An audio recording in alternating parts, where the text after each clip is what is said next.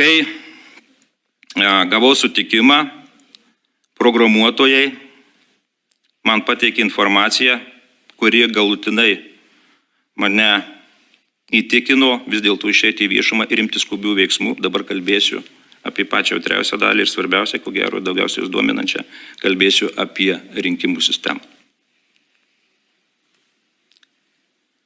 Programuotojai po to, kai buvo paskelbtas oficialiai parašų rinkimas internetu, jie pastebėjo, kad šitą turiu pasakyti, Tėvynės sąjungos, tai yra konservatorių partijos atstovė Ingrida Šimonytė, pradėjo rinkti labai greitai didelį kiekį parašų. Kai man pradėjo kelti klausimą, ar mums tai nesukelia įtarimų, aš pasakiau, kad gal taip, gal jų bendruomeniai